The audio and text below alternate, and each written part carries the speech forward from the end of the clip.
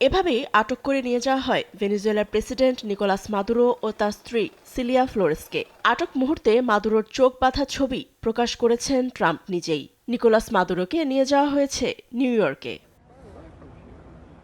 প্রথমে ম্যানহাটনের ডিএ সদর দপ্তরে নেওয়া হয় মাদুরোকে, এরপর নেওয়া হয় ব্রুকলিনের মেট্রোপলিটন ডিটেনশন সেন্টারে। মাদক ও সন্ত্রাসবাদের ষড়যন্ত্র, যুক্তরাষ্ট্রের বিরুদ্ধে মেশিনগান ও ধ্বংসাত্মক ডিভাইস রাখার অভিযোগ আনা হয়েছে মাদুরো ও তার স্ত্রীর বিরুদ্ধে। কুখ্যাত ব্রুকলিন কারাগারে রাখা হবে মাদুরোকে।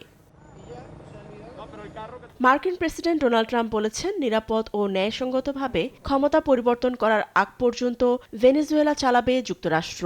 এদিকে প্রেসিডেন্ট হিসেবে শপথ গ্রহণ করেছেন ভেনেজুয়েলার ভাইস প্রেসিডেন্ট ডেলসি রদ্রিগেজ। রাষ্ট্রীয় টেলিভিশনের সাক্ষাৎকারে রদ্রিগেজ বলেন, মাদুরোই দেশের একমাত্র প্রেসিডেন্ট। ভেনেজুয়েলার সঙ্গে কাজ করার জন্য একটি দল থাকবে। সেখানে ক্ষমতা দখল করার কেউ নেই। ভাইস প্রেসিডেন্ট আছেন, যাকে মাদুরো নিযুক্ত করেছেন। আমার ধারণা কিছুক্ষণ আগে তিনি প্রেসিডেন্ট হিসেবে শপথ নিয়েছেন। আমরা ভেনেজুয়েলা পুনর্নির্মাণ করছি। পুরো অবকাঠামো পচে গেছে। এটি বিস্ফোরণকারী অঞ্চল। তেল খুবই বিপজ্জনক।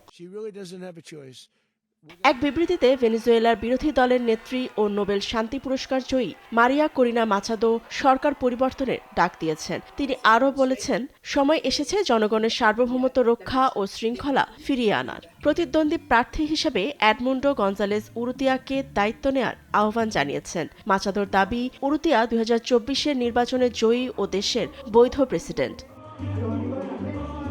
এদিকে ভেনেজুয়েলায় মার্কিন অভিযানের নিন্দা জানিয়েছে রাশিয়া। রুশ পররাষ্ট্র মন্ত্রণালয় বলছে, যুক্তরাষ্ট্র সন্ত্রাসী আগ্রাসন চালিয়েছে। গভীর উদ্বেগ জানিয়েছেন জাতিসংঘের মহাসচিব Antonio Guterres. Fatema Tasnim, news desk, দেশ টিভি।